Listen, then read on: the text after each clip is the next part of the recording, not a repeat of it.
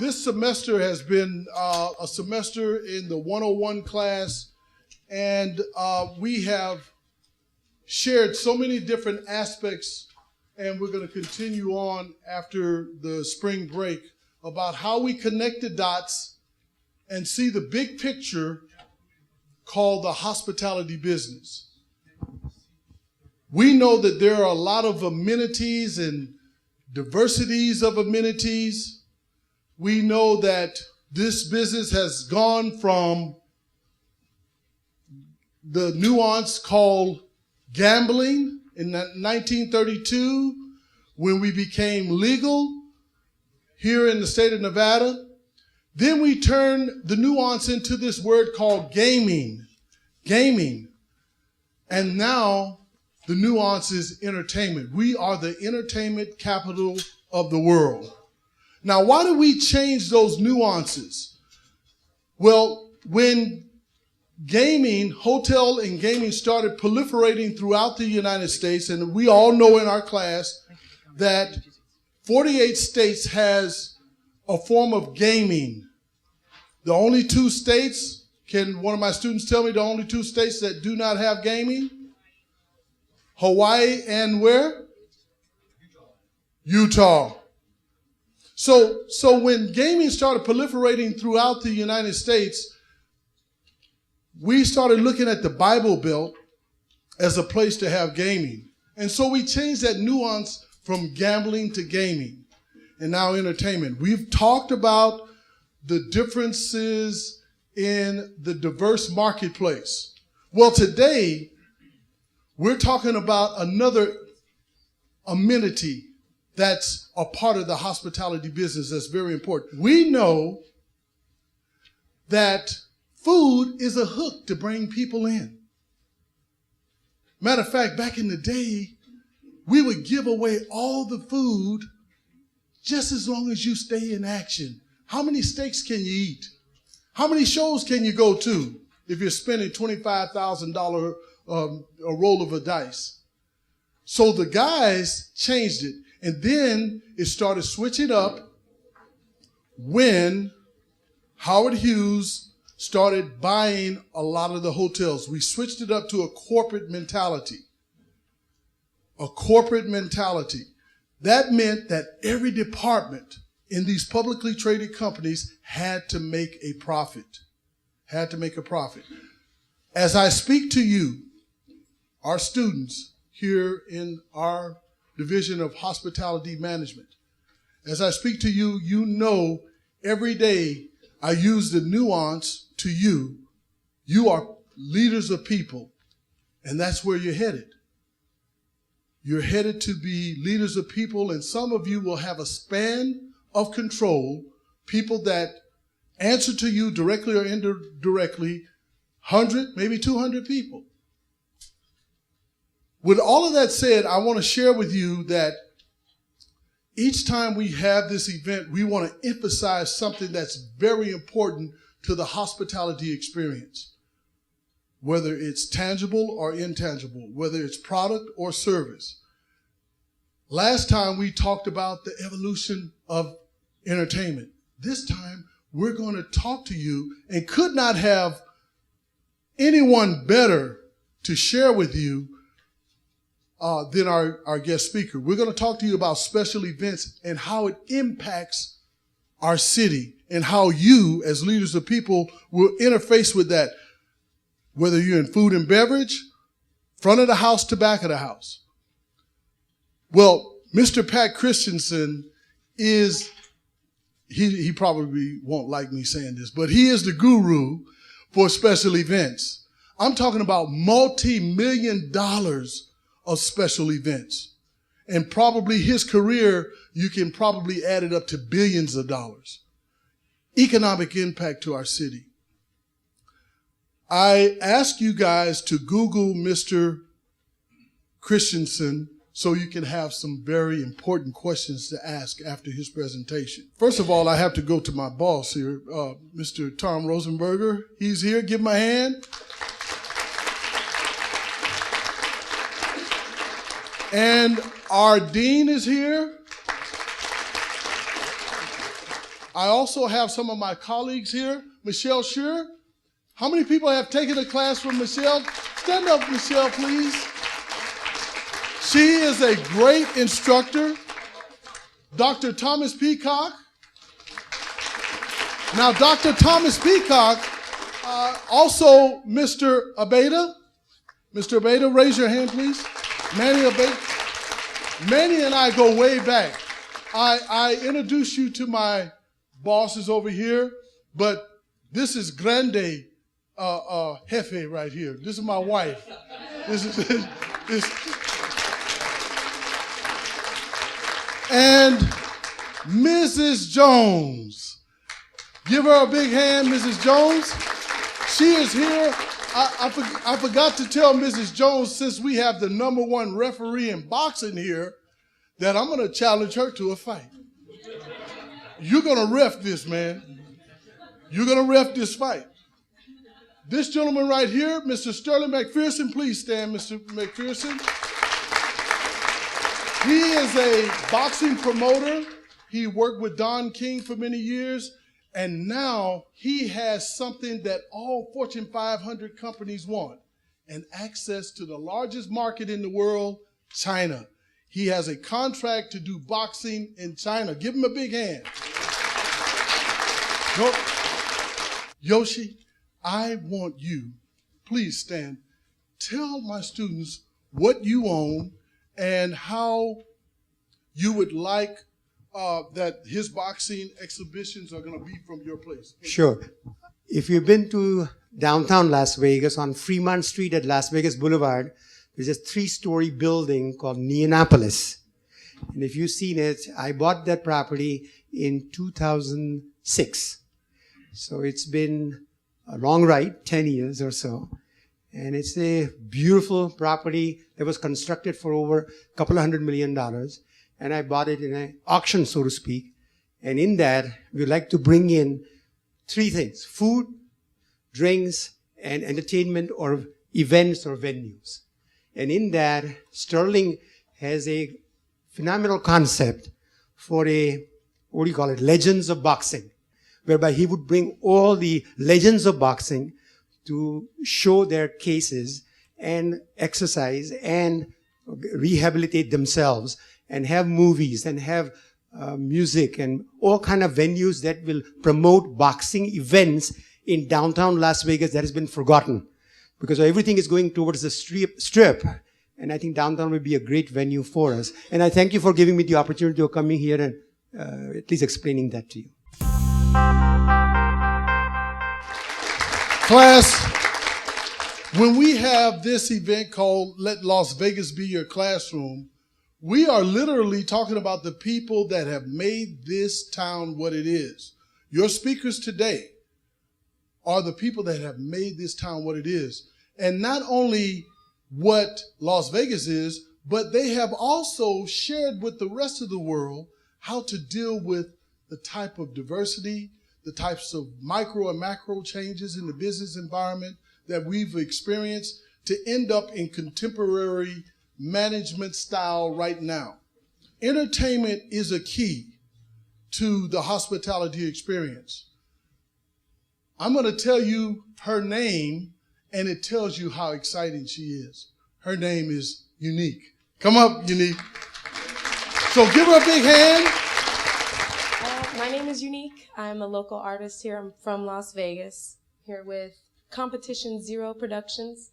Everyone say hi to my producer, Eddie, here.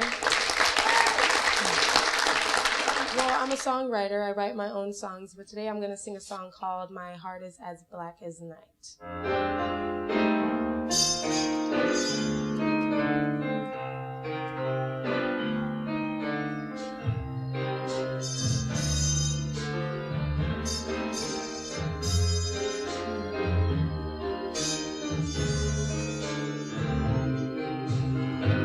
Your eyes may be whole, but the story I'm told is your heart is as black as night. Your lips may be sweet, such that I can't compete, but your heart is as black as night. I don't know why you came along at such a perfect time, but if I let you hang around, I'm bound to lose my mind. 'Cause your hands may be strong, but the feeling's all wrong. Is your heart is as black as night.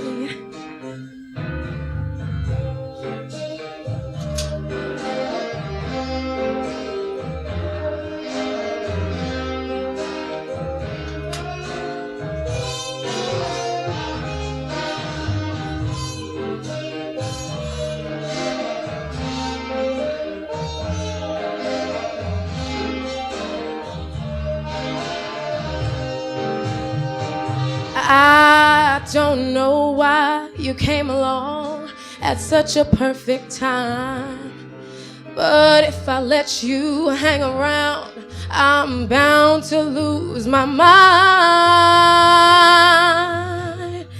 'Cause your hands may be strong, but the feeling's all wrong. But your heart is as black as night. Your heart is as black as night.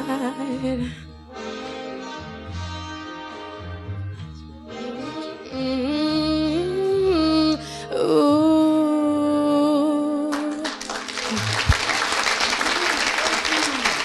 Thank you so much. Thank you. I actually have a gift for you from yours truly. And everyone, if you look for it, I brought a gift for everyone. There's my website if you guys want to check out some music. Thank you, Unique. We always start off with some music.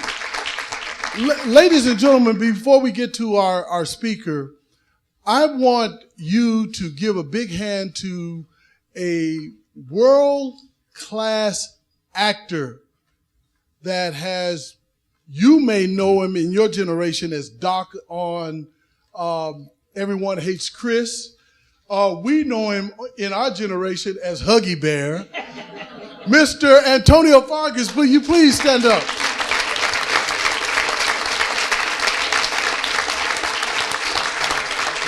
I just got back from a college, Bennett College, the oldest African-American college, women's college in America, and I went there with Mr. Vargas because they were showing all of his films.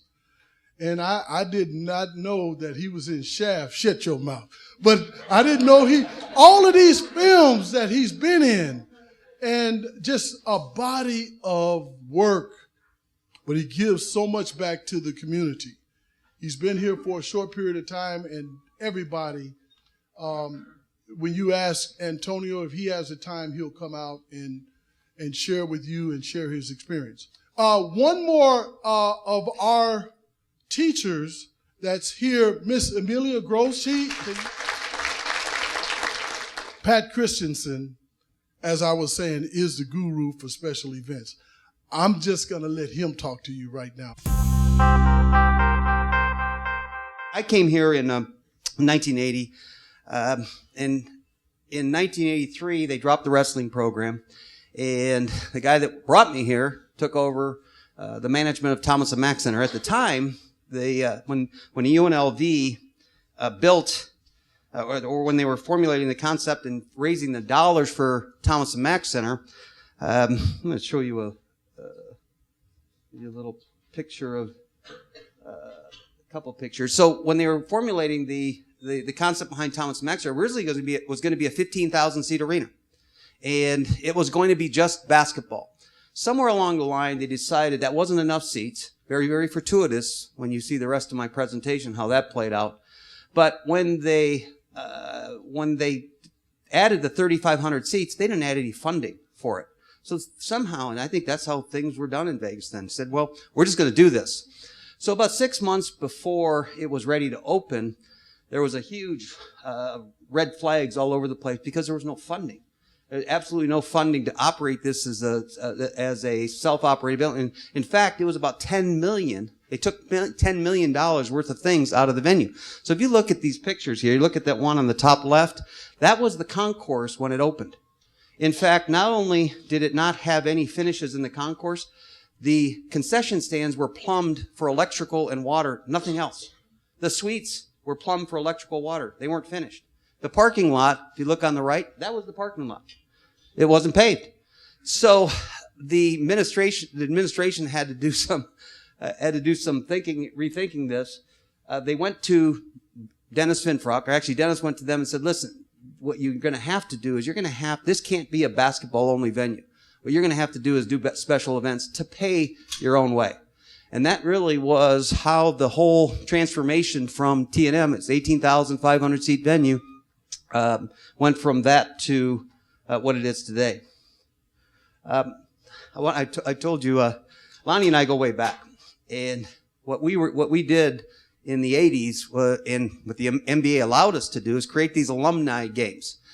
We do North Carolina versus UNLV, Michigan State versus UNLV. I think we did North Carolina State versus UNLV. But I want to share one little promotion we did that I tell this story to anybody I meet. We were doing Michigan State versus UNLV. This was just after the I think it was just before our 89-90. Anyway, so Magic was part of it. And we had a press conference at Caesars. Caesars is one of our sponsors. We went up to the room afterwards and we said, Magic, we want to be able to promote this event. So we wanted you to be part of a TV spot we're going to cut. So I want to share with you that TV spot. I have to tell you that spot alone, I know sold 3,000 more tickets. I think we ended up with about 16,000 tickets. Very, very successful event for us. So at the same time we were opening Thomas and Mack Center, the university decided to take over Sam Boyd Stadium. Well, Sam Boyd Stadium wasn't in much better shape. 30,000 seats, had a very, very bad turf. In fact, if you were there in 1980, literally you could bounce the ball off the field as easy as you could bounce it on a basketball court. That's how bad a shape that was in. So we, when we took it over, we decided the first year we're going to do the same thing. We're going to apply a philosophy. We're going to bring a lot of events there. Before that, they didn't do any special events at the stadium. We brought a whole slew of mud bogs, tractor pulls. We probably did 7-8 events that summer.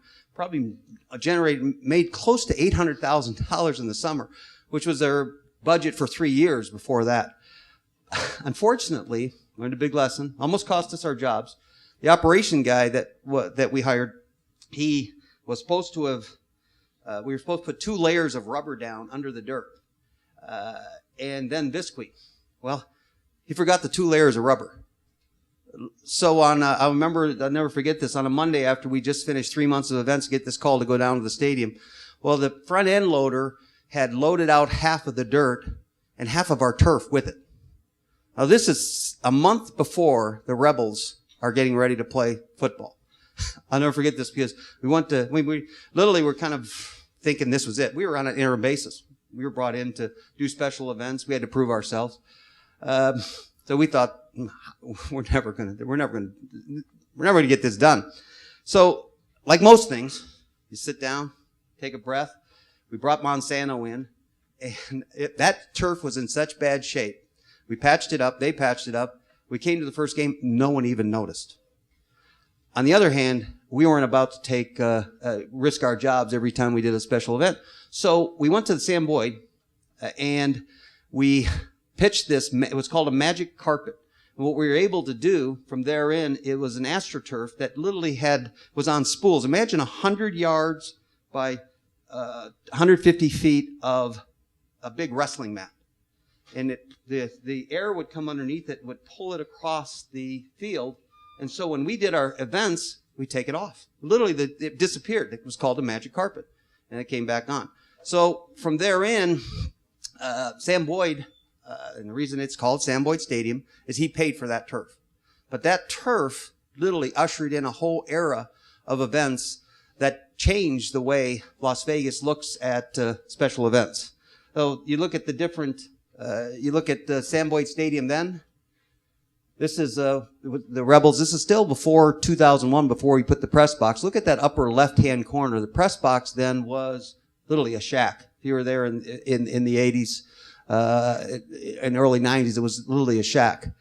This is the Grateful Dead. Again, early 90s, but that's the old stadium. I want to give you just a little. I want to talk. I'm going to be talking specifically about special events. When you look at this city, there is no city in the world that does the type of special events we do 24/7, 365 days. But I'm going to talk just about Las Vegas Events and our role in bringing these big-time special events to town. So Las Vegas Events is a private nonprofit group. It's funded by the hotel tax. It has a history going back from 1983, where it was literally funded by a couple of individuals.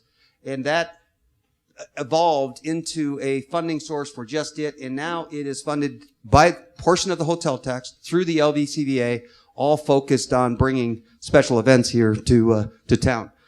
Looking back on that, when LVE was formed, there were 53,000 rooms here in Clark County. 529,000 was the population. So you're looking at 1983. So, again, formed in 1983. Prior to 1984, did about 8 special events. Started very small, $1.9 million economic impact.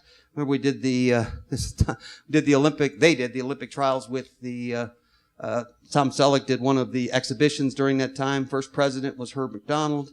And they did things like Miss Universe, and I don't know if those of you remember the hydroplane races out at it got its start, it got its funding, and that was in 1983.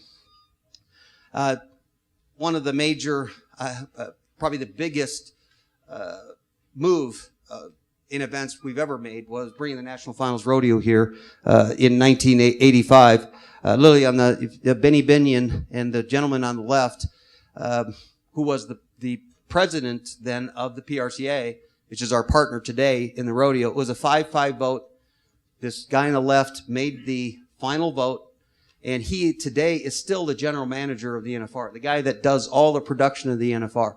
So that started in 1985. But if you look at 1985, the thing about National Finals Rodeo is we have this event that's now been sold out 29 years straight. But even it had its humble beginnings. And this picture here on the top, it didn't sell out the first 2 years. And I'm going to take you through a time when it didn't even sell out today, where there are 2 or 3 times as many people in town without tickets have tickets. So I'm going to take you through a little bit of the evolution of the NFR. So you look at the evolution. We continue to evolve the gaming tax. Our funding comes directly from the LVCVA. But when you look at Las Vegas Events and why Las Vegas Event works, literally it starts at the top. I think any organization, if you don't have support, if you don't have a good foundation at the top, it's very difficult for anyone below it. It's very difficult for staff. We're fortunate to have some of the most influential people in the city that are a part of our board, which make that very, very easy for us as a staff. But probably as important, this group of people right here are the heart and soul of LVE. There are 15 full-time people at LVE. When I look at a successful organization, any successful business, it starts at the top with the board, but the people are really what make these things happen. I remember a quote by Walt Disney: "You can create the most wonderful, fantastic places in the world, but it takes people to make the dream a reality." And I'm a big believer in people. And this crew we've amassed now for the last 15 years, I'll take you through a little bit of what they do. You have a marketing, LVE support. So what we do is we secure events for the destination and then develop those events, ensure their success. So we're not here just to write a check for an event producer. We're here to connect all the different hotels and generate dollars. So the services, marketing, event development, finance, event operations. So there are 5 core things we do, and it's these people that make all of that happen. And a couple of things about this group. One, they're a lot of fun to work with, as you can see. They love this here because none of us look any better than we do in our Christmas card every year. They all get approval over the look, their caricature in the Christmas card. But it's a very, very focused group, very, very thorough with planning. But we have a very positive and productive culture at LVE. Looking again, 1996 to 2001, we continue to evolve events. In 2000, we were doing 21 events. So I talked to you earlier about 8 events. The organization and the things they did continue to evolve. In 2001, really things started to take off. And instead of just getting into your traditional events, we got into a lot of events that have a season long. We got into NASCAR. We got into NHRA, Supercross, off-road racing. So things that had a foundation behind them, the WAC basketball tournament, the football, all of these that have season-long promotions that culminate with a championship in Las Vegas. At the time, population in 2006 was 1.9 million. Room inventory was 132,000. So we're growing. Las Vegas is growing and evolving, and as we're growing and evolving, we're doing more with the special events. But we hit a glitch along the way. 2008, 2007, as you'll recall, we hit the recession. And I don't think any place in the world was hit as hard as Las Vegas. So we had to rethink things. When I joined Las Vegas events in 2001, I was at Thomas & Mack from 83 to 2001, joined Las Vegas events in 2001. And again, we were securing events up till 2007, but we really weren't connected to the hotels. Things were so good then. When we did a race or we did an event, people bought tickets. They paid the highest price for the tickets. The rooms were probably based on 2009, 2010, 2011, probably about 50% higher than that room rate then. We were printing money. Las Vegas was on a roll. But when the recession hit, we had to rethink things. So instead of us just bringing events in, securing events, and giving them a check, we became much more engaged in the event. And we created what we call the Signature Event Initiative. So if you look at this, the cycle's this. We secure the event. We have an event producer. We commit. We invest in the event. Could be anywhere from $25,000 to $500,000 that we put into the event. And the purpose of that is to help promote, market the event, and to give them security in producing their event. Then we connect everybody to the hotels. So it's not just about bringing the event here. Now they're working with hotel partnerships, create spin-off events, and I'm going to talk about the ultimate event with spin-offs, which is the National Finals Rodeo.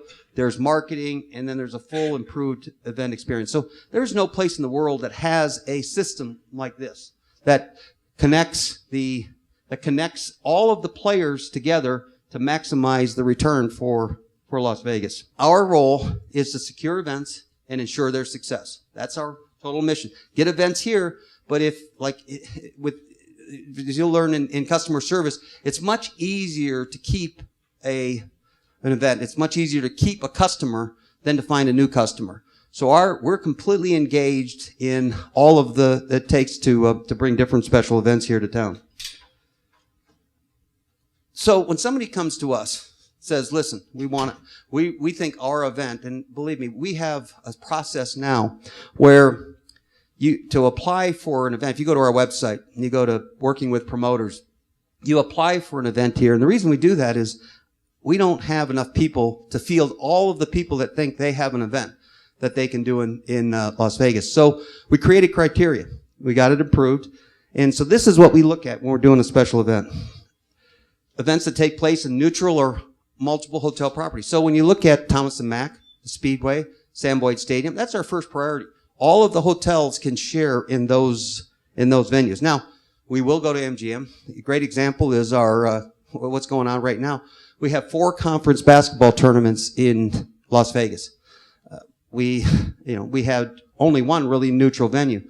So we decided is that we would support events at MGM. Now, you have the Pac-12 at MGM Grand Garden. You have the WCC and the WAC at Orleans. And you have the Mountain West Conference. So we now are working with all the hotel venues to bring special events here to town. Establish events with a strong branding. I remember when I first came on, we did, seemed like a good idea at the time. It was chuck wagon races. Very, very popular in Canada. We had a promoter that I think we put $125,000 into this event. And the reason I know it's $125,000, I still have board members that remind me of this event. I'll never forget, they set it up for 8,000 seats downtown. And no one showed up. So what we did is we took a look at all that and said, listen, we're going to be a little more picky. And so we established is that we're going to have established events with a strong brand behind them.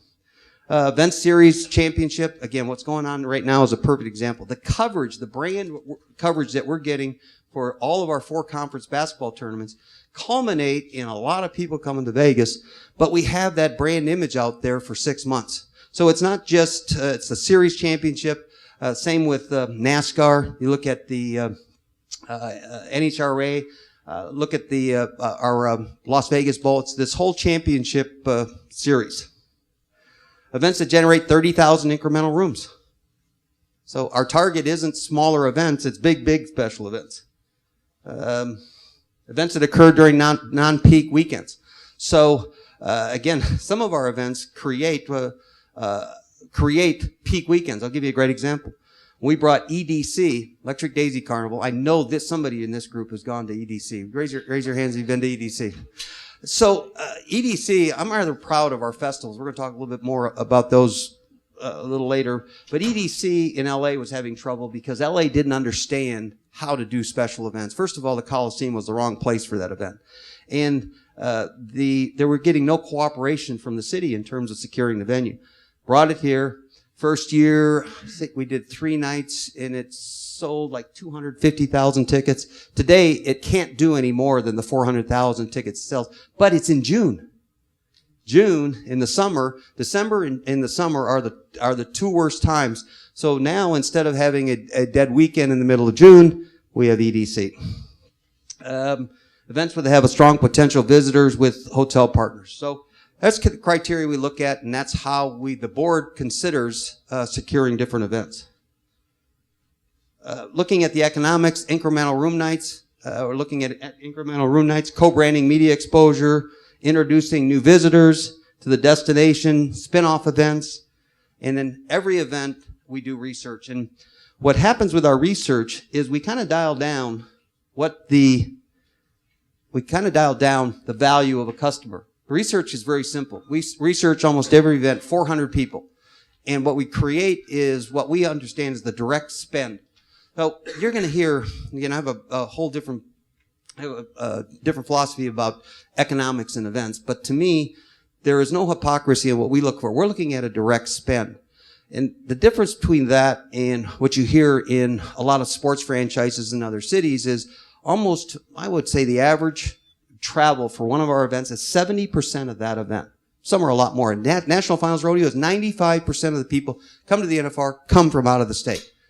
So that's all direct spend that wouldn't be dispersed in the market. It's coming from somewhere else into here. That's very, very valuable. So if you look at the different numbers up here, we measure is the customer, the National Finals Rodeo customer is worth $2,340.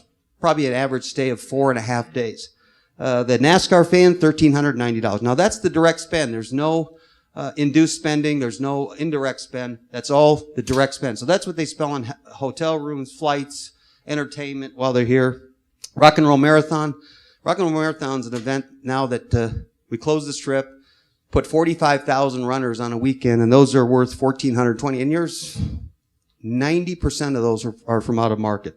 And then the PBR World Finals. National Finals Rodeo. So, again, the template by which, I'll never forget when I took the job at LVE, I said, what are your expectations? They said, well, bring us another National Finals Rodeo. I've been at this 15 years, and there is no way in hell we're bringing another National Finals Rodeo. It is the most unique monster there is in the event world, and I'm going to talk to you a little bit about why. So, National Finals Rodeo, as I showed you, started as just an event in Thomas and Mack Center. Didn't sell out, probably sold 14,000 tickets the first 2 years. But after that, it caught on. And from there, From there, once we sold out the venue, we started doing satellite feeds into the hotels. So you couldn't get a ticket. Well, just still come to town and you can watch it live with the announcers. It's not like it's on CBS Sports, not in ESPN. You're seeing the live feed from the announcers. So we did that till about 2001, 2002. And then when we created the signature event initiative, we used the National Finals Rodeo to launch it all. Today, the National Finals Rodeo literally has 3 shifts of events that take place throughout the 10 days it's here. And we break them down like this, 9 to 5. So you look at 9 to 5. Cowboy Christmas itself there's 3 gift shows in town. Cowboy Christmas is at the Convention Authority. It literally is 400 vendors with the most unique Western apparel there is. There's no gift show like it. But what we did is added a whole interactive piece to it. So there is no event, Super Bowl, NBA All-Star Game, there is no event that fans can touch the contestants like the NFR. We have 120 contestants, and they're all there at Cowboy Christmas all day long signing autographs. Exceptional Rodeo, Miss Rodeo America takes place during here. We have a complete interactive experience. So Cowboy Christmas alone draws 230,000 people.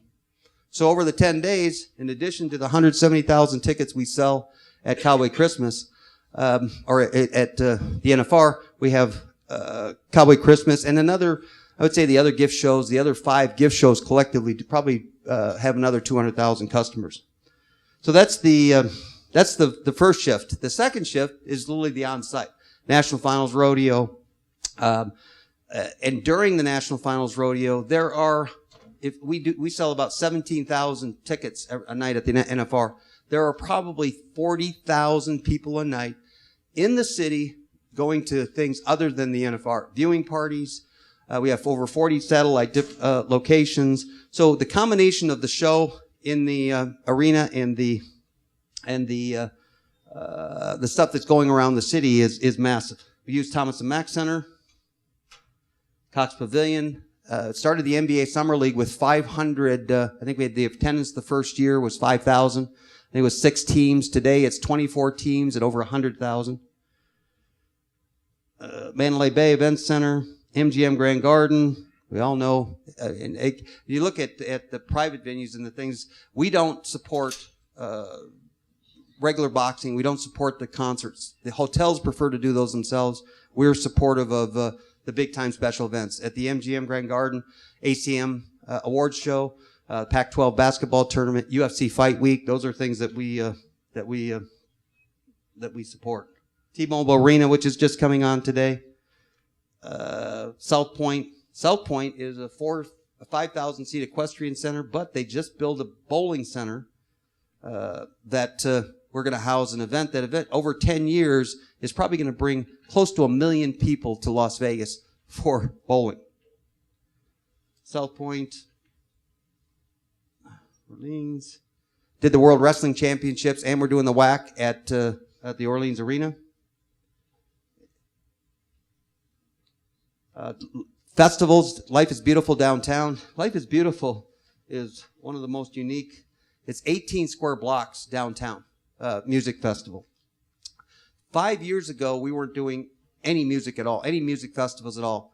In fact, we did Vegas out at the stadium and then till EDC. But since then, if you go look along the strip, we're selling close to 1 million tickets for events, for festivals. So LVE, you look at this city, you look back in the 70s, when you look at the economics of this city, it was probably 70% gaming, 30% non-gaming. Today, it's almost the opposite.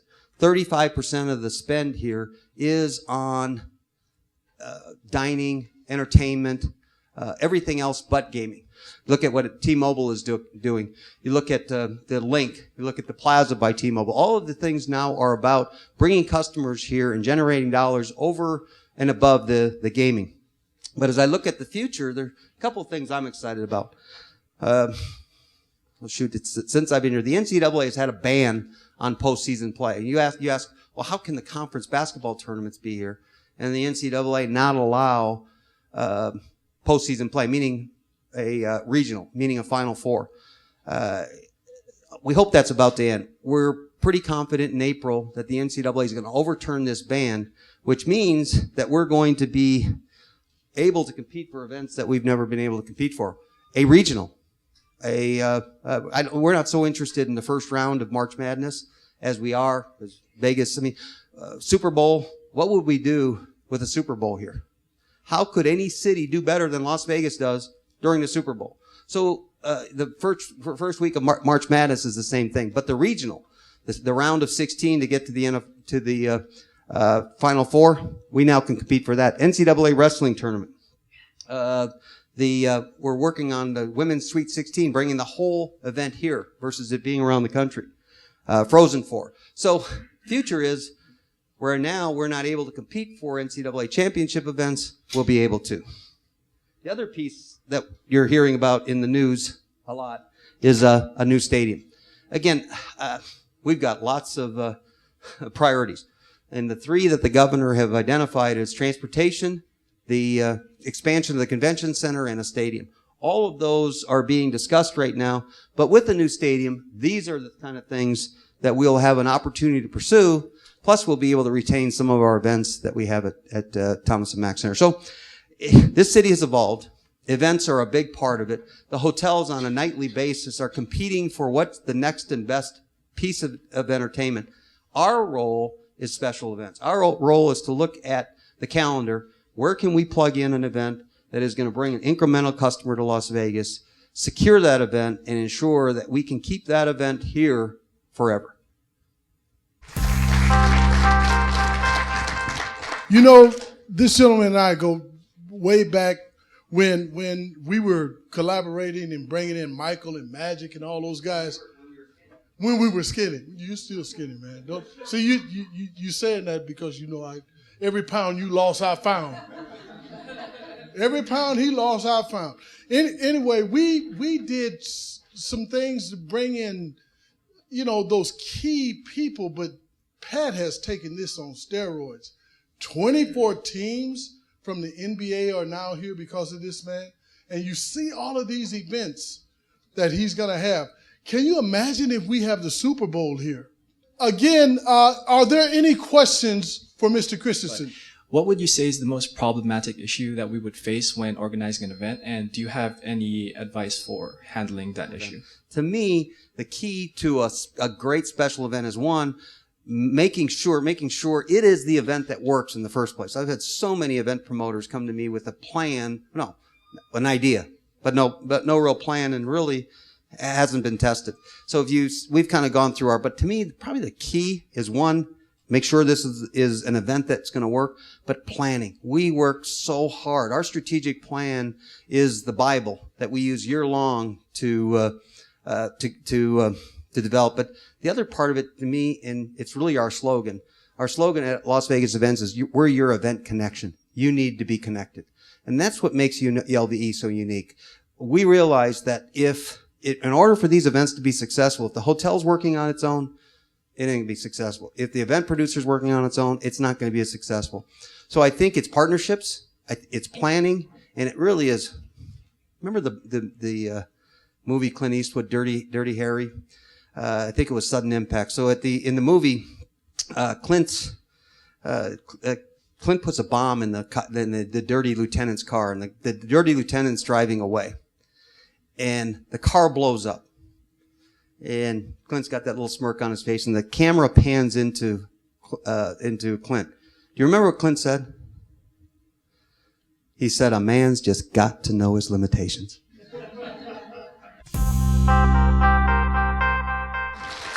All right, I hope you learned something, you guys. Now, Governor, Mayor, Attorney General. Okay. My father came here in 1926. Las Vegas was a railroad town. It was not until 1931 that the Nevada legislature legalized casino gaming. So none of that existed when my father came. When my dad finished law school in Washington, D.C., we came back here in January of 42. I was just a little guy, but I do remember the trip. There was the El Rancho Vegas was the only property on the Las Vegas Strip. The population in 1940 in Las Vegas was about 8,500. Reno was about 3 times the size. And Las Vegas really was more of a railroad town. You know, the iteration in terms of how Las Vegas in the modern era came into existence. And the guy whose name is our county was one of the notorious rogues of the Golden Age, William Andrews Clark, who had bribed his way into the United States Senate. Senate rejected him. He later got there, but that was Senator Clark. And William Andrews Clark was the one that proposed that we needed a connecting link. There was no rail link between Salt Lake City and Los Angeles, none. And so he financed the operation that was later became the Union Pacific. And that's how Las Vegas in the modern, you've all seen the pictures, 1905, the auction and all that. Prior to that, it was kind of a stop on the old Spanish Trail. There was water here. When I was a kid growing up, the artesians flowed to the surface in many parts of the valley. And in fact, in 1948, Woolworth and Cornett, 2 big new developments in downtown Las Vegas, were racing to get completed before Christmas. Woolworth succeeded, Cornett did not. Their master plan had a basement, and they couldn't control the water. So, okay, so let's go fast forward. That's enough about the old history. So, and I think Pat did a great job of explaining some of the changes. But in 1941, the El Rancho came, and then in 1942, the Last Frontier. They were the only 2 properties on what later became the Las Vegas Strip. And my father was a lawyer. It was the days before people had credit cards. There was no Visa, MasterCard. Maybe somebody had an American Express. But, you know, my father was an attorney, so I don't want to portray us as, you know, a poor family. But the locals, the professional, the business people, they had what they call city ledger accounts at the El Rancho and the Frontier, and later the Flamingo, and I want to get into that for a moment. And one of the benefits of that is you could take your client or the family and charge it, and they would send you the statement. Now, as a kid, I wasn't thinking about client or charging anything, but as a member of his family, we had swimming privileges. So I swam at the El Rancho, the Last Frontier. This is long before people had, you know, pools. And I remember when the Flamingo opened up, that was still one of the great pools in Satan. Going out there to the Flamingo was really So what happened? I mean, the war ends in 1945, and the concern was that Las Vegas would be the same sleepy town it was before World War II. 2 big events that today would have been considered catastrophic. Nellis, as we know it today, the Las Vegas Army, it closed. End of the war, closed. BMI, basic magnesium, which led to Henderson's formation. All of those old plants closed even before the war. So this kind of looks like, wow, 2 strikes, 1 more, we're out. But certain things had changed, and Pat has done an extraordinary job with the LVCVA. A few things were changing. People had a lot of money after World War II. You couldn't buy an automobile. You couldn't travel. People were getting overtime, so there was affluence. We're talking not just about the so-called 1%ers, but we're saying most Americans had been working and a couple of things happened. One, the work week. When my father was a lawyer practicing, the courthouse was open on Saturday. So the work week was 5.5 days a week. Shortly after the war ended, the work week became 5 days. That meant you could drive up from L.A., spend Friday night here, Saturday night here, and there were other things that occurred. All of a sudden, you know, airline travel became more commonplace. Now, in the 1940s, we didn't have a whole lot of air travel. Automobiles, a little better. And lo and behold, the combination of the shorter work week, the fact that there was a greater affluence, and the fact that Las Vegas had begun to establish a dateline. All of those early performers. Liberace performed during the 40s. Sophie Tucker, the last of the Red Hot Mamas, and Jimmy Durante, and those performers. And so before all of you who are decades younger than I talked about entertainment concerts, they didn't have those. So entertainers came and made big money, for performing. Sometimes they performed as many as 2 or 3 shows. Always a dinner show, a late night show. Well, today, these big stars that we have can make more money in one big concert than they could have made in a 6-week tour. So Las Vegas really began to get this, the entertainment capital of the world. And we struggled in those early years because there was a Las Vegas, New Mexico.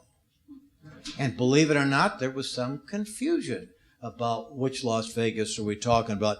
But gradually we kind of made some inroads. And then the Flamingo opened. Now, Bugsy Siegel didn't start the Flamingo. Write that down, enter that pad. That is absolutely, in the idiom of the street, bull. He didn't start it. He didn't start it. A guy by the name of Billy Wilkerson, who had the Hollywood Reporter.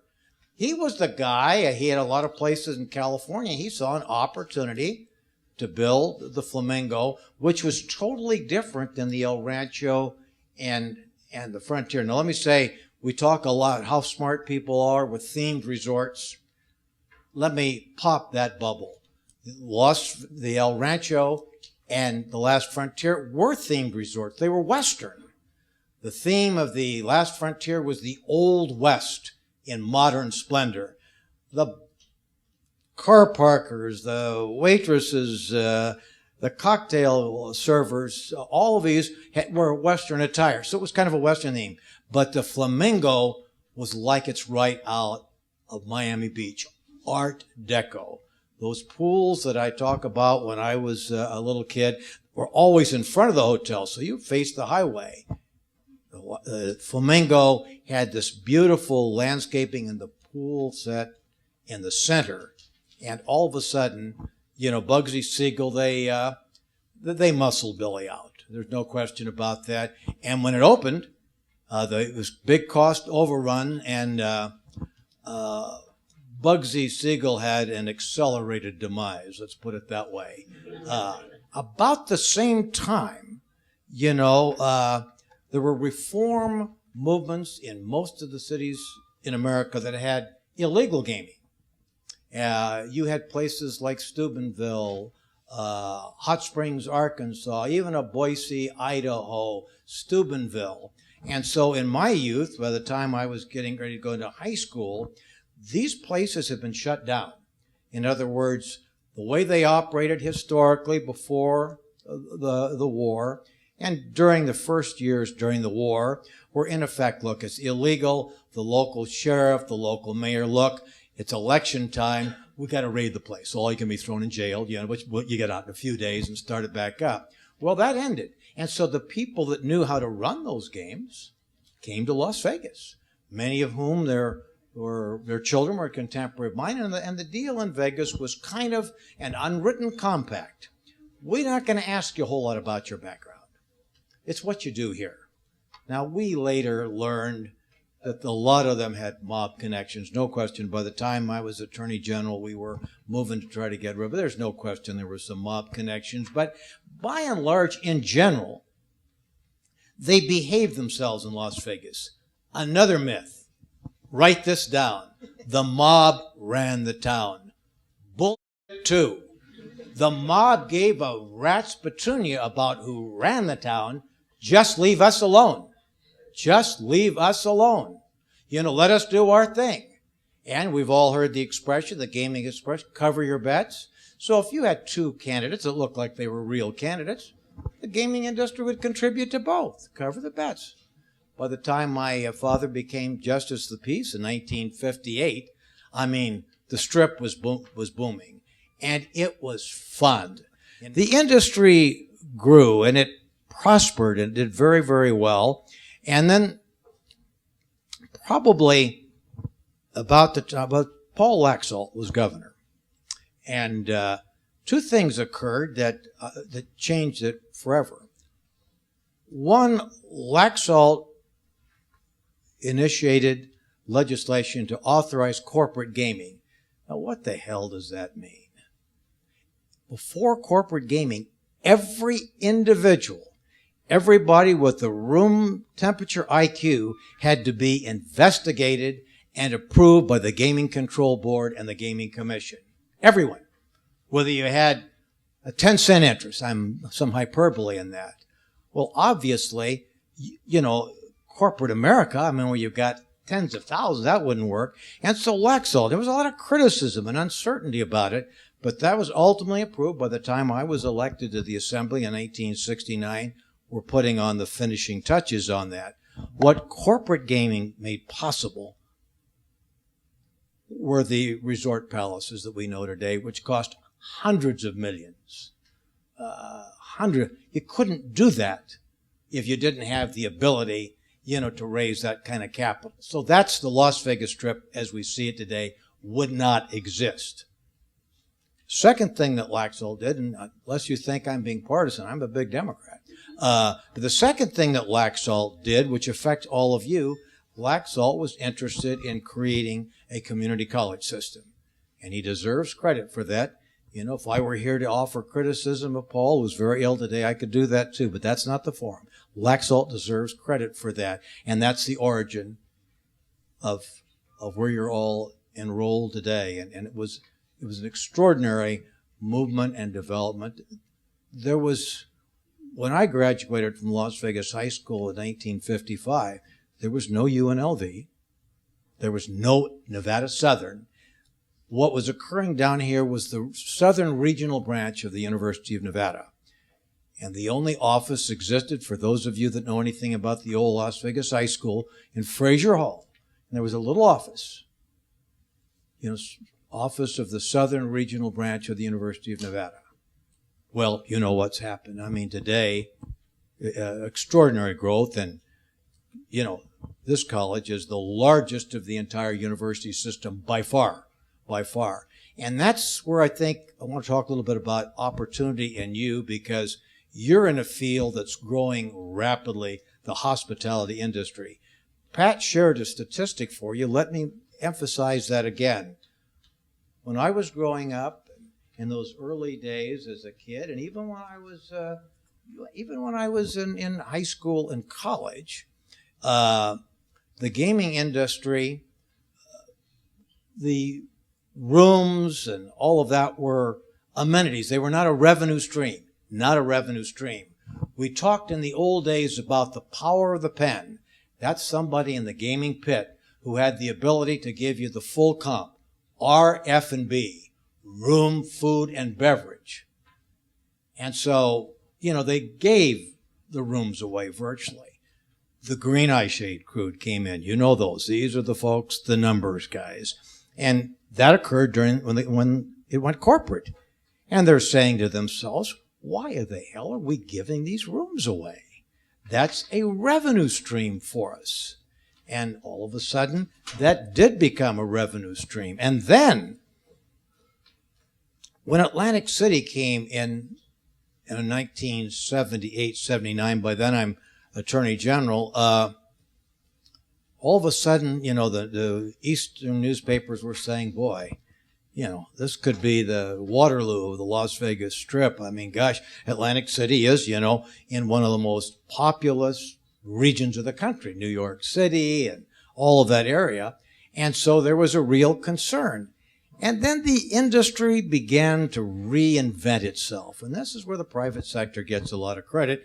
Pat's statistic is right. About 35% of the revenue today comes from gaming. But you know what's happened. In effect, we have world-class dining. To be honest, a few price points above an old pensioner like me's income. I don't dine, but they're world-class restaurants. And chefs, look, I'm a hamburger and French fries kind of a guy, so world-class chef, that's nice. I'm glad we have them. That's not my bag. I'm not into that. A good hamburger, maybe steak and baked potato. You've hit the high notes as far as my culinary taste. But they came in, and all of a sudden, these very high-end fashion places. And so now it's become a destination resort, and that is and that again expands the potential opportunities for all of you in the hospitality industry. And it is fortuitous that they did that because Atlantic City was the first. But what really began is all of a sudden we now have gaming in one form or another. Many, many casino gaming in 48 of the 50 states. Only Utah and Hawaii have no gaming. So, IGRA, the Indian Gaming Regulatory Act, all of a sudden a lawsuit was filed, and the court ruled that the states did not have control of gaming activities on the reservation. So there is a huge gap. Who's going to regulate? And the Congress, by then I'm governor, the Congress is going to regulate Indian gaming. And they did in a way which you can agree or disagree with. So all of a sudden, Indian gaming is widespread. And so there were some impacts. The Strip, because it's reinventing itself, not hurt all that much. Reno hurt badly. Downtown Vegas hurt. Laughlin, because look, if your cup of tea is spend a couple of days, gamble to your heart's content, have a nice room, get the kind of meal that I'm talking about, steak and baked potato and that sort of thing, you don't have to come to Las Vegas for that. And particularly in northern Nevada, we're crossing the Sierra in the wintertime. And so those casinos bled a lot. And so Laughlin hasn't grown much. And downtown Las Vegas was hurt badly. Reno particularly hard. And again, it looks to me like, and Pat pointed out, downtown Las Vegas has had a resurgence where the Strip revenues have been down for the last reportable quarter or month, downtown Vegas. So the industry is constantly changing and evolving, and it's an industry that I think has great potential, but it will change again. There's just no question about it. And now, all of a sudden, we're talking about these huge, the T-Mobile. I was governor when the Thomas and Mack opened up. And wow, that was a big venue. And you've been told about some of the sporting events and, the Orleans Arena, now the T-Mobile. And frankly, they may very well get whatever we're calling the Pacific Coast League these days. They may get that because it has a larger capacity than some of the other places in town.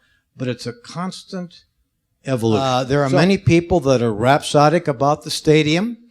I'd like to see it. Who's going to pay for it? Who's going to pay for it? And let me just indicate that Sheldon Adelson, and I've done a lot of work over the years, don't currently do anything for him on land use and zoning issues. Mr. Adelson has a very strong view. He's an amazingly successful guy. Does not like the Las Vegas Convention Center. He believes that the private sector is placed at a disadvantage competing with the LVCVA, which is largely funded in part by the room tax. Are you with me? So I'm not the sharpest knife in the drawer, which you've all concluded by now, but I've been to a few rodeos even before the national final. And so Mr. Adelson's funding mechanism, guess what? To divert money from the Las Vegas Convention and Visitors Authority to fund about $700 million of that. Now, wait a minute. If we're taking money away from the LVCVA, that will badly cripple their ability to market. So what I'm saying, in politics, he would call this a twofer. Number one, if he really believes in the stadium, and he is an honorable guy, I'm sure he does. And number two, how do I do what I can to damage the LVCVA? He's got both of those. Yeah. Thank you so much, Senator.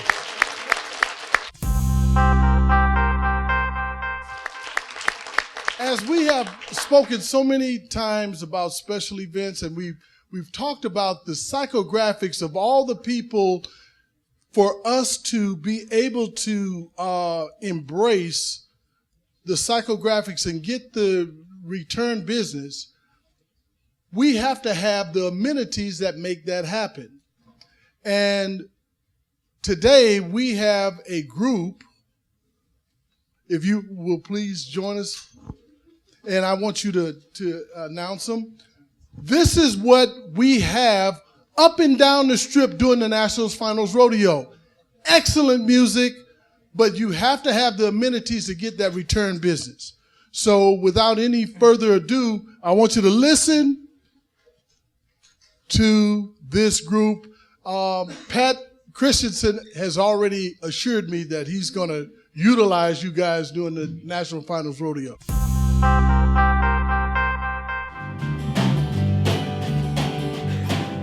Johnny's got a gold watch, don't seem like a holy knot. After 30 years of driving up and down the interstate, and Johnny's had a good life, and Charlie's got a good wife. And after tonight, she'll no longer be counting the days. 18 wheels and a dozen roses, 10 more miles on this four-day run. A few more songs on the all-night radio. He'll spend the rest of his life on the heat of love.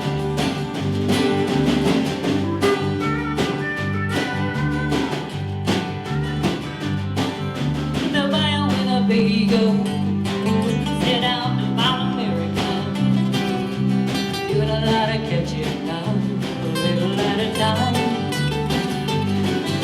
The pieces of the old dreams, they're gonna light the old flame, doing what they please, leaving every other reason behind. 18 wheels and a dozen roses, 10 more miles on this four-day run.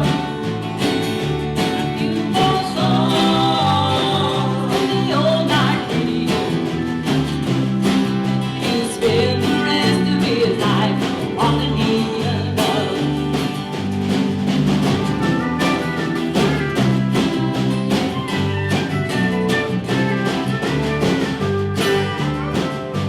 18 wheels and a dozen roses, 10 more miles on his four-day run. A few more songs with the all-night radio. Then he'll spend the rest of his life on the knee of love. Yes, he'll spend the rest of his life on the knee of love.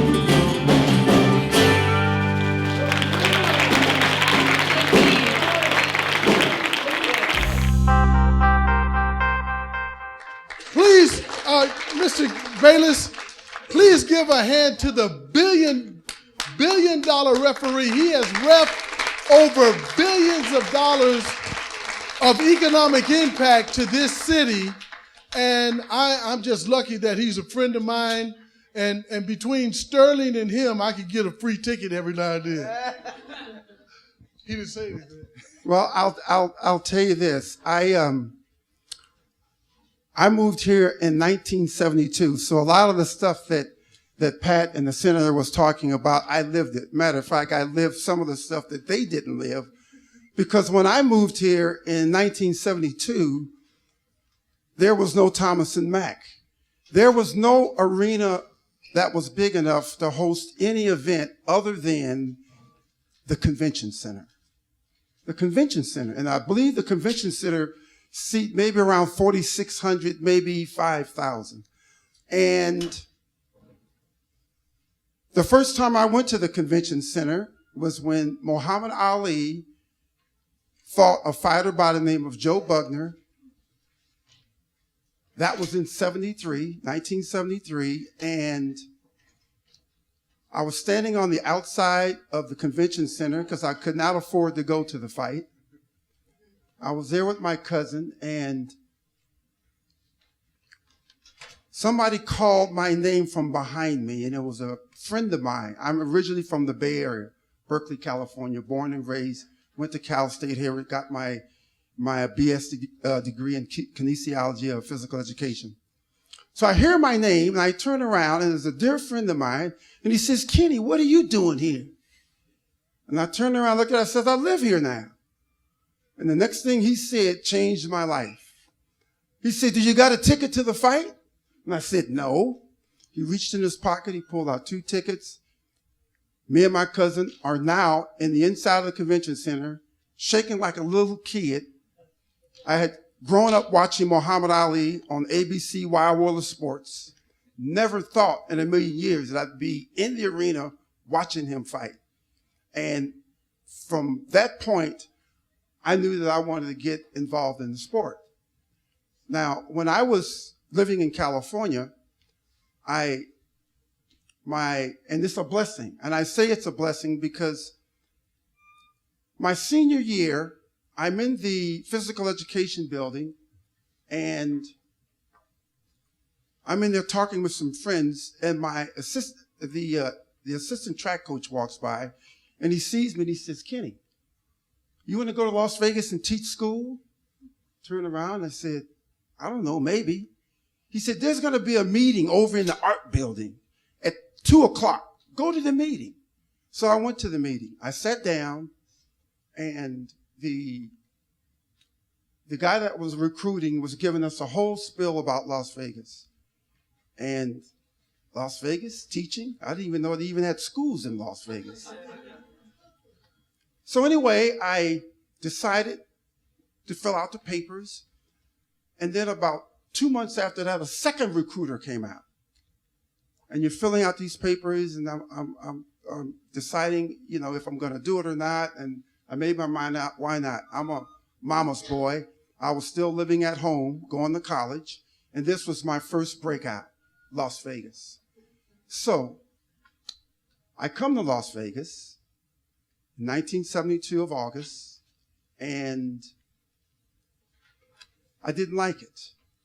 And the first thing that I noticed, as far as what I didn't like about it, was that there were certain clubs that I tried to go into, and they wouldn't let me in. They wouldn't let people of color in the clubs in 1972. And it was a slap in the face to me, because California, right next to California, is Nevada. This is actually going on, and it's right next door to California, and it was. And then later I found out that when Sammy Davis Jr. and all the black entertainers used to come to Las Vegas, they used to house them over on the west side in a hotel called the Moulin Rouge.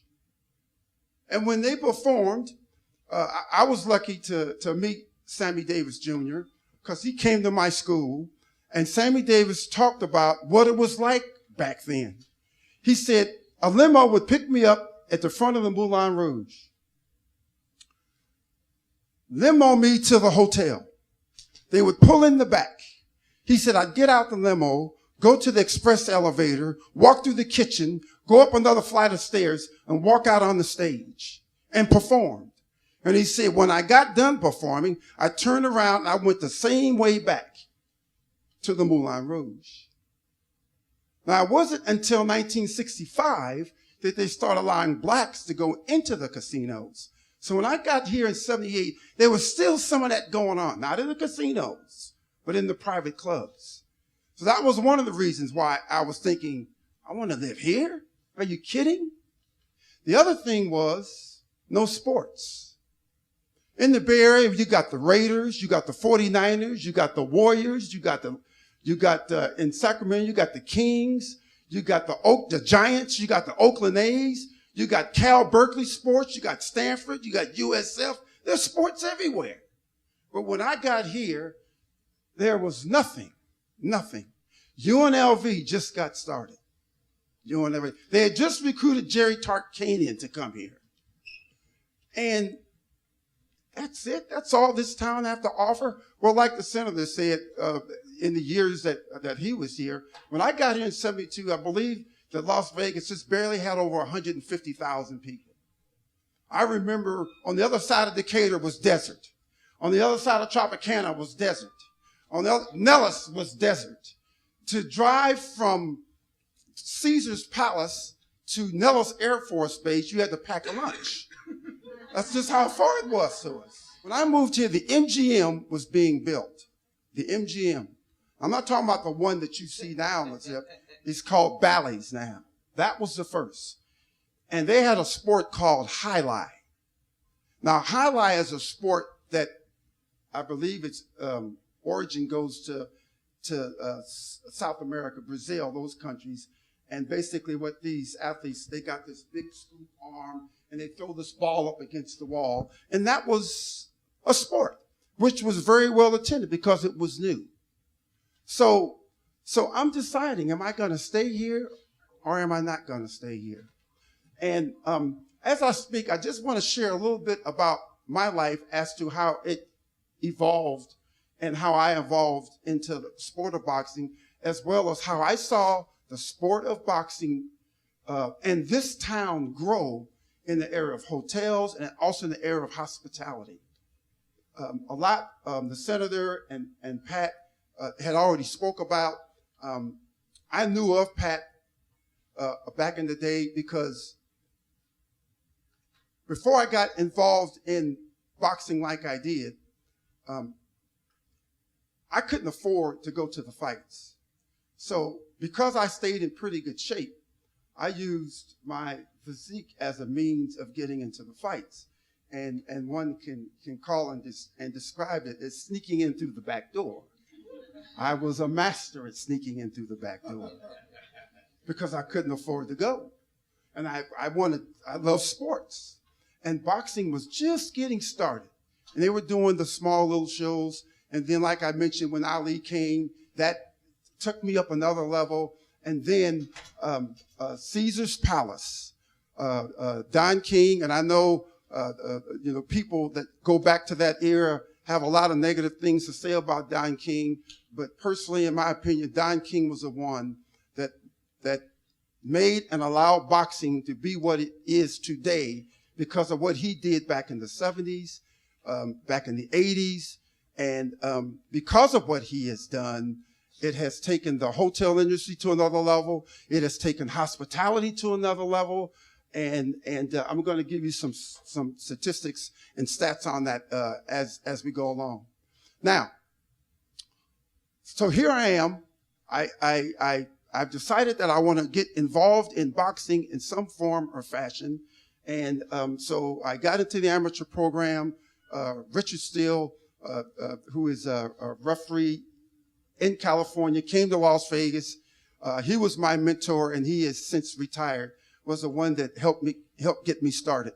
And I got involved in the amateur program. And another way that I used to get into the fights was a good dear friend of mine used to make sure I got a credential to get into the fights. And it was great for me because now I didn't have to sneak in through the back door. I could just boldly walk in with a credential to experience and enjoy what was going on. And when he retired, he used to work for the promoters and he used to work for the state of Nevada as an inspector. And he put my name in to be an inspector when he retired because he was getting up there in age and he about just had enough of it. And so that was a blessing for me to get in as an inspector because now I'm doing the amateur fights to be a referee. And now I'm an inspector and I'm ringside now. I'm in the dressing room with the fighters and I'm getting a full gamut of what this sport is all about. What it's all about. Because the sport is continuing to grow. It's continuing to grow. And so it was, what more could I ask for? I couldn't ask for anything more as to what was happening.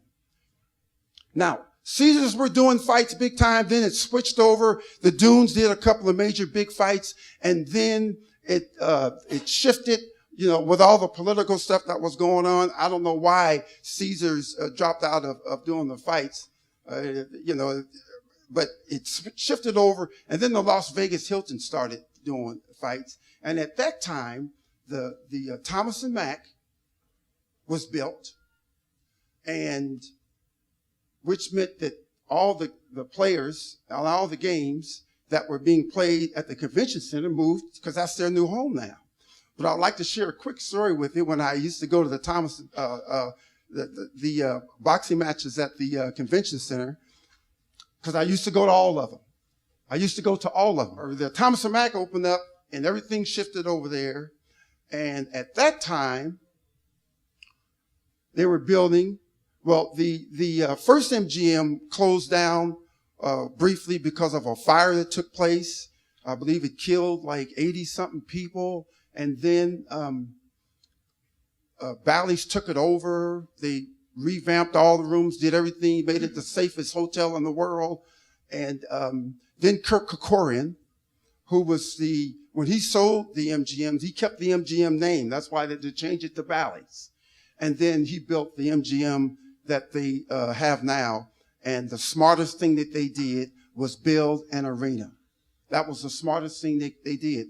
Because back in the 70s, all the fights were outdoors. All the fights were outdoors back in the 70s because they had no arena. And the convention center wasn't big enough. So all the fights were outdoors. When the MGM Grand was built, everything went into the Grand. Madison Square Garden, which is on the East Coast, is known as the Mecca of boxing because the Madison Square Garden goes all the way back when Ali fought way back in the day, Jack Dempsey, Rocky Marciano. I mean, the list of names just go on and on and on. When they named the MGM Grand Garden, that was kind of like the second tier to Madison Square Garden. But now, from the years of big mega fights that have happened in Las Vegas, we have exceeded Madison Square Garden as the boxing capital of the world. Now, when all that happened, the hotels, everything started changing with the hotels, everything. I was told this because when Mike Tyson used to come here and fight, Mike Tyson was the best thing to Las Vegas because he was one single man. And when Mike Tyson used to come to Las Vegas and fight, every room would sell out. Every room. Tickets would sell out every time he fought. And I was a referee. I just gotten started as a referee and wanting to do one of his fights badly because of the energy and electricity that he brought to Las Vegas. And he brought it. One fight that he fought at the Mirage, which was outdoors, they said that the Mirage in 4 nights, on the 21 and on the crap table in 4 nights, made $30 million. See, it was the kind of money he was bringing to Las Vegas. He was bringing big money. So they wanted him. So the hotels, they were very smart in what they did, is they made sure that he fought here. Because he could have went to Madison Square Garden and fought. He could have went to the Alamo Dome in Texas, where they can seat 60, 70,000 people. Las Vegas wanted him here because of the kind of revenue that he was bringing to this town. And that's where they fit. Hotel, hospitality. And another thing that I add to hospitality is personality. See, it's one thing about having a hotel. You can build a hotel, but it's what you put in that hotel.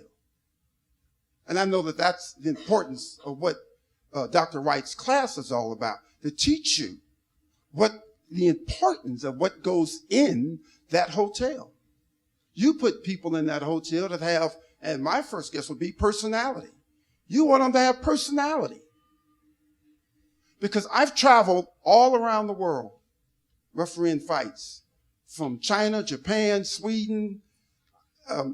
Just December, I was in Uganda, Africa, traveled there for the first time. And hospitality is everything because it's about repeat business. Lonnie said, it's about repeat business. Story. I had a friend that worked at Caesar's Palace. And she said they had just finished their new tower. And the tower for 6 months was sold out.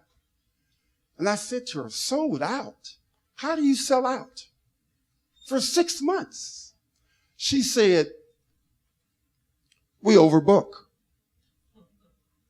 I say, what? She said, we overbook. Just like the airlines. The airlines overbook. They want every seat that's on that plane, they want it filled. I says, well, what happens if you overbook and some people show up and you ain't got the room? She said, Kenny, we had a couple reserve room from us. They reserved the room or got reservations a year ago. When they got here, we didn't have any rooms. She says, and quite honestly, you know they're going to be upset about it. We reserved it. We put our reservation in a year ago. She said, we'll put them in a limousine. We'll shuttle them down to the limousine, or in the limousine down to the Monte Carlo. They'll get out. We'll put them up in a suite. When they walk into that suite, there's going to be a bottle of champagne, a bouquet of roses, and a note that says, happy anniversary. And they'll stay in that suite for free until we get a room back at our hotel. And when we do, we'll limo down there and pick them up and limo them back. We are in the repeat business. And when she said that, it made sense. It made a lot of sense. So, MGM fights the growth of special events in Las Vegas is skyrocketing. Because back in the day, when I used to have family come up for fights, I used to take my credit card out and buy 10 or 15 tickets so that they would have tickets when they got here. But it got to the point to where I could not bring out my credit card no more because the tickets were sold out. See, wait a minute. I'm standing in line here and I walk up to the gate and the tickets are sold out. Why? Because the hotels have a responsibility to their high rollers. They have a responsibility. This is hospitality again. The high rollers like sports too. They'll fly in for a Tyson fight. And why? Because it's a whole week of partying. That's what it is. It's a big party. And Las Vegas is the destiny. Everywhere I travel, all over the world, when I say I'm from Las Vegas, Las Vegas, oh, wow. You're from Las Vegas? Yes. Everybody wants to come here. Everybody wants to come here. Because, like the senator said, with the highs and lows, we've withstood the test of time. We have. Now, because the hotels are getting blocks of tickets. They're getting blocks of tickets for their hotel guests. Blocks. Which means that the common person, it's hard for the common person to get tickets now. Back in 1982, there were 29,214 people went to that fight. The gate on that fight. Now, what I mean by gate is how many people paid tickets for that fight? Tabbed at $6,239,050. That's what the gate was on that fight. Now, to take that number and go over to the number one fight, which took place back in May, a fight which I refereed May 2nd, 2015. The arena, which was at the Grand Garden, the arena only, they designed it to seat 16,219 people. That's what it seats. Now, Holmes Cooney was almost 30,000. Mayweather Pacquiao was only 16,212. And the gate for that fight was $72,198,500. That's what the gate was. Now, when you talk numbers, and Lonnie has done a lot of the numbers, they knew that fight coming to Las Vegas, that you're talking about the town now, could make as high as $600 million. Might have been $700 million, and I've heard numbers as close to $1 billion that the town made. Now, think about it. Only 16,212 got in the arena. So what are those other people doing? They're in the hotels, they're buying drinks, they're going to shows, they're doing everything there is to do because Las Vegas is the place. Las Vegas is the place. They're buying this?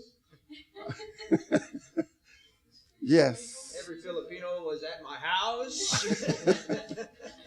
So I share these numbers with you to say that it's a big, the industry is big.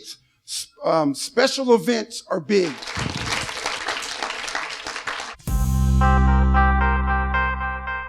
I would like you guys, as they say in the music business, take us home, will you? Take us home. Got the windows rolled down, got the radio up, and I'm heading out of Vegas tonight. It's a 1:30 on a 4-day run. The desert is a little sight. I can see you there in that dress you wear, and it's keeping my foot on the gas. I've read the long hard road and the highway patrol to hold you in my arms at last. And there's a food shining like the highway, and I can make it with you. If I can make it on time, pass it through that state line, or roll the diesel right on through. Well, my lips are heavy, there's a blue and white Chevy, and it seems he's right on my heel. And I'm leaning in the bar stool, I can't drive this slow, and you know how I feel. I'm here with Mr. Manny Abeda, and Mr. Abeda was here as a speaker to my students. What I wanted Mr. Abeda is to talk about is his company and how our students can be a part of that in the future, and something a little more about what you're doing with the Chinese customer. Thank you, Dr. Wright. My name is Manny Abeda, and I'm the president of High Vegas Media here in Las Vegas. Our focus is to bring customers from mainland China to Las Vegas, but we're also expanding our efforts to work with the local. Can you start from the beginning? Just give me 1 second, because I'm going to focus on you. Am I close enough? Yeah, that's fine. Okay. Thank you, Professor Wright. My name is Manny Abeda, and I'm the president of High Vegas Media Group here in Las Vegas. Our focus is to bring customers from mainland China to the Las Vegas market. And with the expansion of the visa laws now to 10 years, we expect the Las Vegas economy to increase from 2 million visitors a year to approximately 7 million visitors a year in the next 4 to 5 years. Our focus is bringing not only the customers to Las Vegas to enjoy our attractions, entertainment, things like that, but to also help the local economy. I worked in gaming for 25 years, and now working in the hospitality sector, it's even more important that we bring these guests to Las Vegas to participate in our events and our attractions. Gaming has changed in Las Vegas. In the old days, gaming used to attract 65 to 70% of the revenue here for Las Vegas. Today it's changed to about 65% in retail. So people are coming here now to enjoy the shows, enjoy the attractions. We're putting packages together in China for the guests coming to Las Vegas so they can now enjoy the shows through Cirque du Soleil. They can go to the NASCAR racetrack and enjoy driving a dream race car, which are exotic race cars. They can come to Las Vegas and even enjoy getting married here in Las Vegas. So we're currently working on helping the local economy, helping the business owners here in Las Vegas, provide a great experience for the customers that are coming here to Las Vegas to enjoy what we have to offer. For you students out there that are learning to study and to get a degree, whether it be hospitality or the gaming sector, I think it's a great career because you're going to be doing some traveling, you're going to be meeting international customers. I did that for a long time when I was in the gaming sector as an executive in gaming and player development. But in the hospitality side, it has to do with everything else that Las Vegas has to offer and what we have to offer here to our guests and to our customers coming in from China. In closing, I would just like to say to all you students out there, this is a great career to pursue. You'll be able to do some traveling. You'll have the opportunity to work with international companies. We're currently working with 200 travel agencies right now in China to bring those customers to Las Vegas. You'll have the opportunity to work with all the different business owners in Las Vegas. And I just think it's a great opportunity and a great career. Thank you. I am here with the illustrious #1 boxing referee, in my opinion, in the history of boxing, Mr. Kenny Bayless. Mr. Kenny Bayless, I call him the billionaire referee because he has refed over $1 billion worth of economic impact to the city of Las Vegas. Mr. Bayless? Hello. Again, my name is Kenny Bayless, and I am just blessed and thankful that Dr. Wright invited me to come speak to his class. I got a lot of history in Las Vegas. I came here in 1972 from Northern California, got involved in the sport of boxing, and over the years became one of the top referees in the world. And speaking today in Dr. Wright's class in the area of hotel hospitality, it was very, and special events. Thank you, Lonnie. Special events. Because I've been involved in a number of special events in Las Vegas in the area of boxing, it kind of gave me the persona to talk to the students here, which was very enjoyable, not only for myself, the other speakers that Dr. Wright had, the senator, and Pat Christenson. Pat Christensen, I go back with him a few years, back when him and Dennis Renfrock were running the streets, and it's just been great. It's been a very warming experience. I loved every minute of it, and I'm willing to do it again. I'm sorry. The students made the food. The food was great, and a hungry man. I didn't get a chance to eat breakfast this morning, so when I went back there, Lonnie didn't see it, but I started dipping that salad or that chicken. I don't usually eat chicken, but because I didn't eat this morning, this kind of prompted me to just get what I could. But the food was delicious. Everything has been great, and again, I thank Dr. Wright for having me, and I'm willing to do it again in the future for him or for anyone that would be looking for a speaker, because I do lectures to different men's groups and churches and different organizations. So I'm available at Kenny Bayless or KennyBReferee.com. Thank you, sir. Thank you, Mr. Bayless. All right. The #1 boxing referee in the world. Illustrious and the greatest actor that I know, world-renowned actor, Mr. Antonio Vargas. He has spoken in my classes. He is the type of person that gives back. He doesn't, I have to tell you this story. I happened to be in an airport with him, and we could not walk 10 steps without people wanting his autograph. I mean, whatever age, some people knew him as Huggy Bear, some people knew him as Doc. I mean, just young and older, I won't say old, older people would come up and ask him for his autograph. I told him from here on in, I won't be traveling with him. I can't get anywhere. May miss a flight.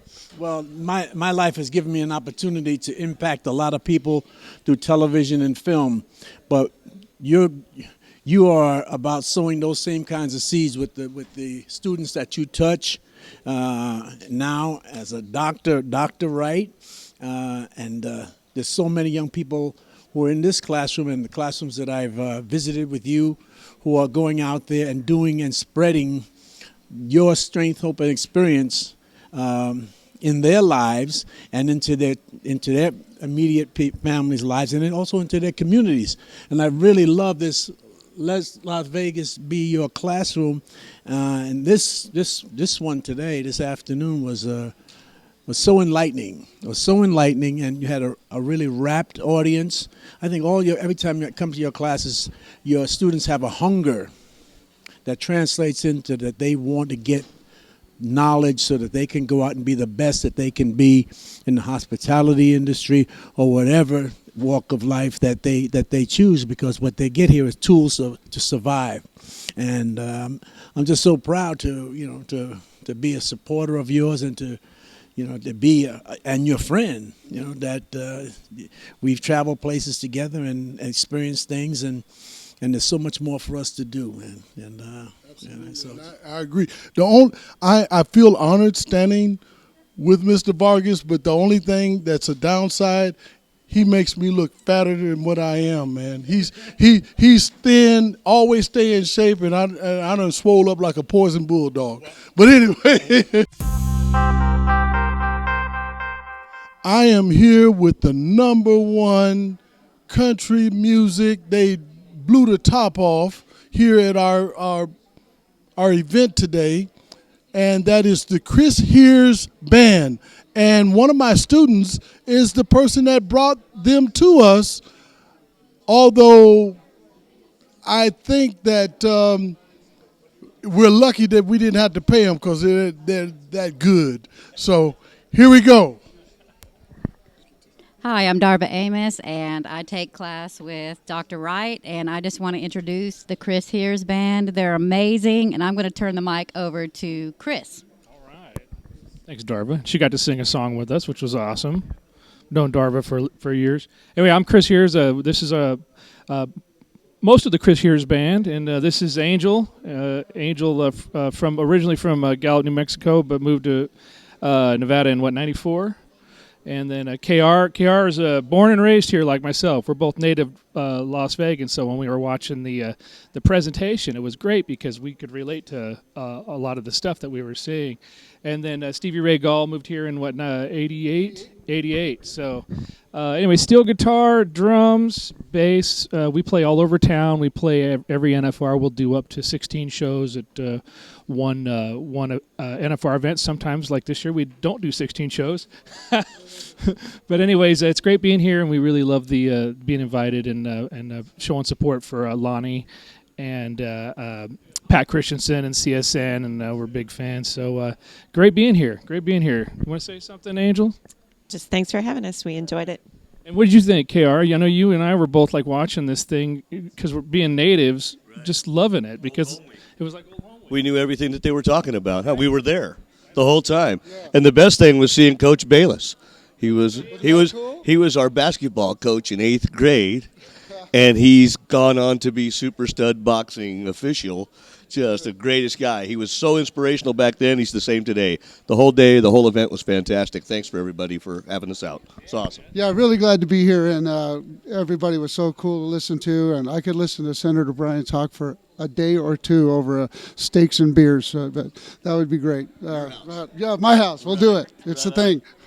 Change his culinary. What did he say? He likes hamburgers. That's the most. We'll do some paella for him if he wants to come over.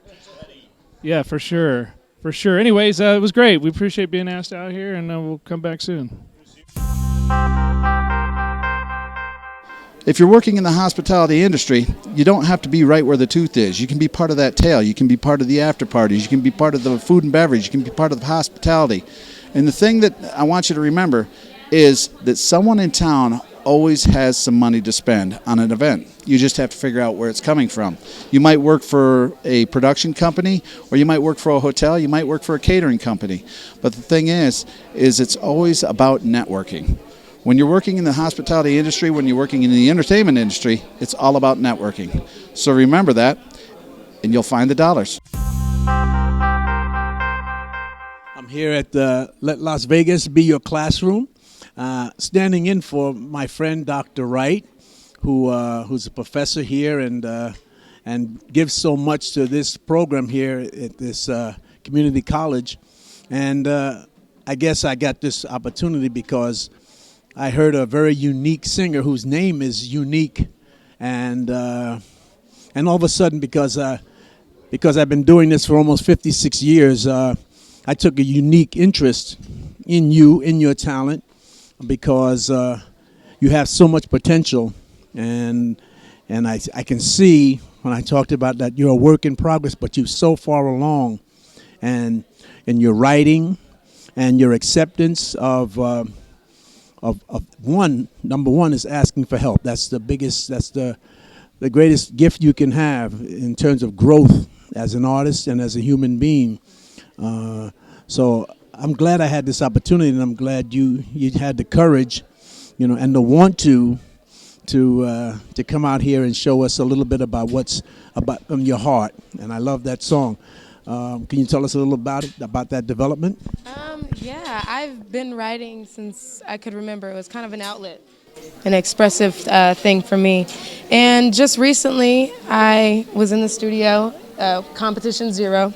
They asked me to sing the song that I wrote, and I was a singer. I'm like, I'm not going to sing that. No, I'm not a singer. I'm an actress. I don't want to. But I'll tell you, there's a unique relationship between the singer and the person who composes the song. I always like to hear a Burt Bacharach or somebody who writes the songs sing it, or Billy Joel who sing the song, because they do it. There's a lot of people who can take the song and take it to another level, but the person who has that unique relationship, who write it, you have a special relationship with the material that you write. So it's only fitting that you get the craft and the ability to be able to interpret your own material. Yeah. Right. Thank you. Yeah, it's all new to me, and I'm willing to learn, and I'm ready to learn, and I'm ready to take off, really. Yes, you are. Thank you. Thank you. Unique. I am here with Jeanette, and she is one of my students, and she was here for the entire event. And I just wanted to ask Jeanette, what did you get out of it? Some key things that you may have learned from either the senator or from the boxing referee or from Pat Christenson. What did you learn that kind of sticks out to you from the lecture? Thank you, Dr. Wright. Well, to begin with, I'm very happy that I attended this. It was a very amusing and very well learning experience for me here, that I learned from all these high successful men who succeeded so much more in life, and they did so much more, and they did a lot to complete Vegas. And I'm very happy that I'm house talented, because there's so much growing opportunities and careers here, and that I know if you really chase what you want to do, you will actually make it to your successful in what you want to accomplish in life. And I really enjoyed it a lot. I'm here with Mr. Kevin Leung, and he's one of my students, and I asked him, what did he learn from the speakers today? Did he enjoy it? What were some of the things that he can take on to his future as a hospitality leader? Mr. Leung? Thank you. So I learned from Vegas that we started out from a railroad, that we actually have some of the most innovative minds that brought Vegas to what we are today. And to continue on, we have to be really innovative, keep moving on forward, and just be creative. I'm here with Mr. Jesus Martha. He's one of my students, probably one of my best students. He's always here and he's very attentive. I just wanted to know, Mr. Martha, what did you learn from this Let Las Vegas Be Your Classroom lecture series? Thank you, Mr. Wright. Well, first of all, I want to be here. I've been here in Las Vegas for almost 11 years. It has been a lot of changes since I've been here. All these things that I learned from the show, it made me realize how much change this town has been, how much, this town has been growing so rapidly. It's been nice. It is nice to be here. It is a great city to be. This city brings so much business, a lot of, common complex. I am here with one of my prize students, Amal, which means hope. I wanted to ask Amal, what did she think about the lecture series, Let Las Vegas Be Your Classroom? Did you learn anything? This lecture was so informative. I learned about the financial development of Las Vegas, and I learned about the Las Vegas history, how Las Vegas was in the past and how it's now. I'm here with my student Arif, and I tell you what, man, that red show looked really nice on him. I wanted to ask Arif, what did you get out of this Let Las Vegas Be Your Classroom? Hi, I really enjoyed the ref, Kenny Bayless. I enjoyed how he talked about getting your foot in the door, how to succeed in Vegas. I also enjoyed Senator Bryan and how he develops laws that benefit both the locals and how to promote Las Vegas as Sin City. Kenny Bayless is actually a huge inspiration because I'm from California. And when he brought up the Kings, that was like a flashback for me because I was a huge Kings fan growing up. Thank you. I am talking to Emily Salmon, and I wanted to ask her something a little different. What did your group prepare for our meal, our diversity meal in the back? What did you guys prepare, and did you prepare anything personally? Personally, yes, but I'll start off with my group. Our group made a French pastry with chocolate cream inside, and a doughy pastry with white sugar powder on top. Another person from our group made enchiladas. It was kind of, how do I describe it? Like a roll with chicken and cheese. Really good. I personally made oxtail. I love oxtail. I figured, yeah. Well, it is. It's something different. Different flavors, different mixes. I'm here with Osvaldo, and I just want you to tell me, what did your group prepare back there? What food dishes did you prepare? And lastly, which dish did you like the best? Our group prepared a lot of different types of foods.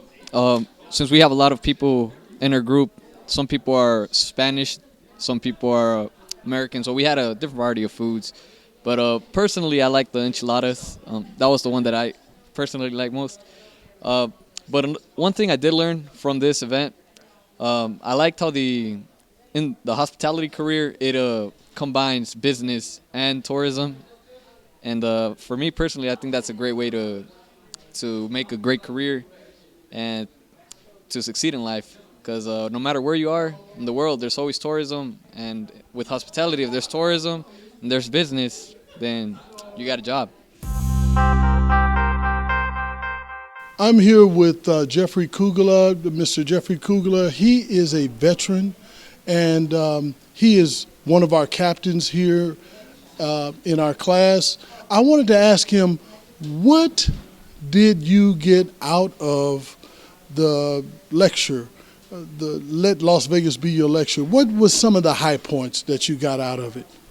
Yes, sir. I learned a lot about the history of Las Vegas from when it was a small little ant in an anthill, and how it's progressed. And I almost wish I wasn't retired.